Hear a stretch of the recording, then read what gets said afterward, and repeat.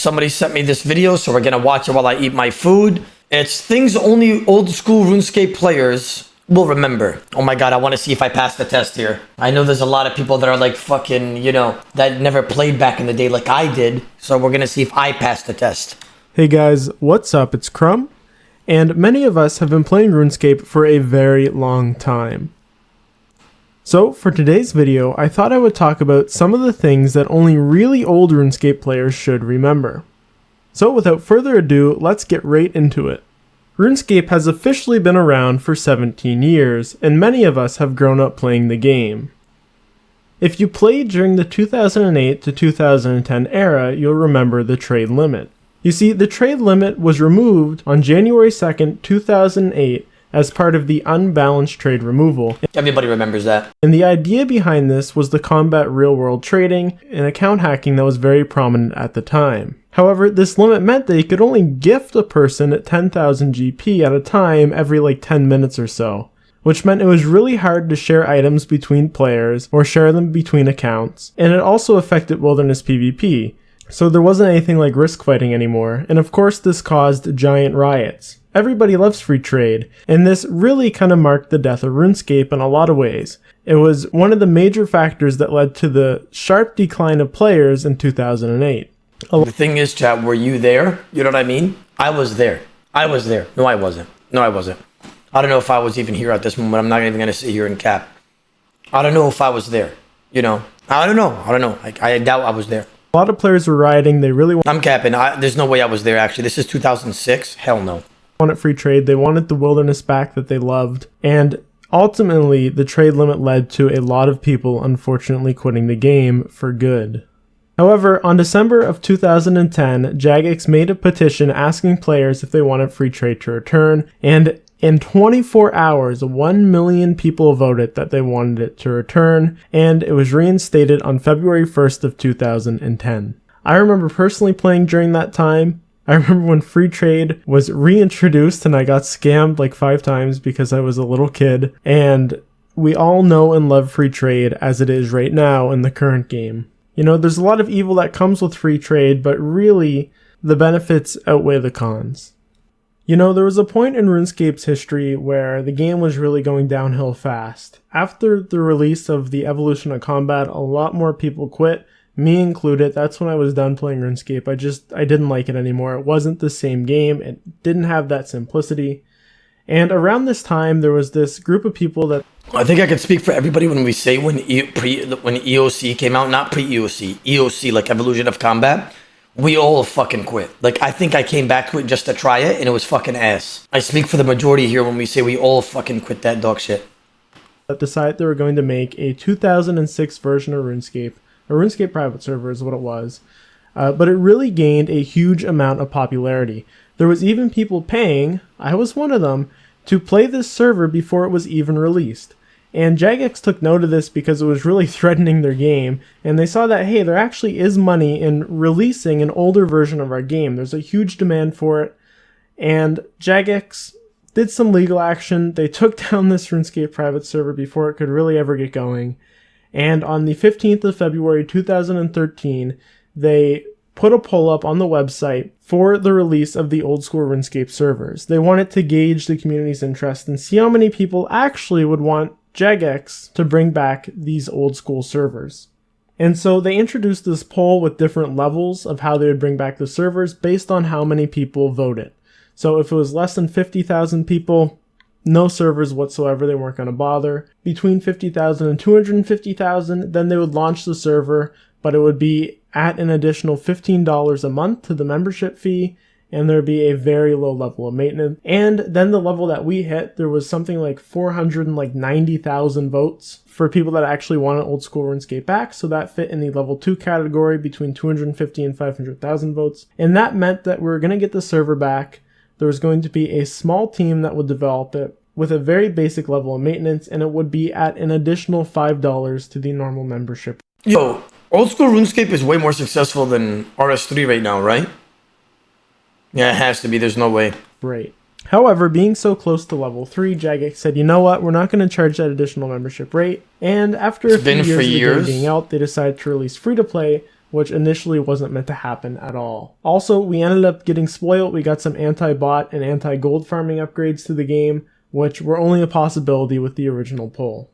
And once Old School RuneScape was actually released, it very quickly saw player counts equaling to the main games. And I think this really shows the power of the community. When we want something, we really put force behind it and bring it to Jagex's attention. They're going to take notice and they're going to make those changes. It was also at this time that there was this YouTube video going around that all the big YouTubers were uploading that really gained a lot of popularity, basically petitioning the Jagex to bring this poll out to introduce an old version of RuneScape. And had it not been for that force behind it, I don't think we would actually be playing these servers today. But because we showed such an interest, Jagex brought it back, and here we all are, enjoying the game that we once loved. There was a time, and it was a dark time indeed, that RuneScape was not resizable. The Resizable feature in Old School RuneScape didn't actually come out until the 4th of June, 2015. Anybody still playing fixed mode, or is that just me? I play in the small screen, chat. That's it. Just like this. Like this. That's it. Playing this little screen. I still play in fixed mode to this day. I don't full screen. I don't do nothing. Me, oh me. Fixed is the only way. That's what I'm saying, bro. If you're gonna PvP as well, fixed is just a better option. Or why is it better for PvP? Fixed is better for PvP because it's less mouse distance. For full, it's gonna be way more mouse distance if you're gonna click on a player and stuff like that. And that was quite a while after the release of Old School RuneScape for such a feature that's standard in so many games today. I remember when I was first playing Old School RuneScape after the release, I'd need to go into my screen settings and change my resolution way down so I could actually see RuneScape at a decent size. Otherwise, I couldn't even see the things that I was trying to click. What I find really funny about this is actually Devious Mud, which was kind of like the first prototype version of RuneScape that the Gower brothers were working on. It was resizable. Then when RuneScape, the first one, which is now known as Classic, came out, that game was not resizable, and it didn't become resizable for years after that. I think it's, some players are really against this, but I think it's updates like the resizable game screen that really made Old School RuneScape appealable and kind of kept... I need to pause my video, right, guys? I just got a host from Brother Mikey. I got to thank him properly. Brother Mikey, it's good to see you. Thank you for the 25,000 viewer host, you machine. I hope you had a great time gaming, my brother. People coming back to the game because it made them a lot more user-friendly in the modern computing world of today where you can resize things. Because if you try to launch Old School RuneScape up on the fixed size mode on like a 4K monitor, it's completely unplayable. The thing is way too small to even see what's going on. I know that a big part of me actually still playing Old School RuneScape till this day is things like the release of the Resizable mode. When I first heard of that, I actually logged back into the game for the first time in a few months and started playing again. And it's one of the things that always brings me back.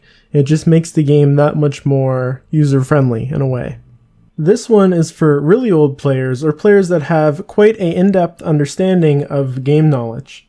So there was a point in RuneScape Classic, where you could register an account and your username could actually have multiple spaces in it in a sequence. So you could have a name that says like H, 15 spaces, and then I, and it would just be this crazy username when you right click with an H. I don't remember that. I wasn't there for that time. I completely admit. Thank you.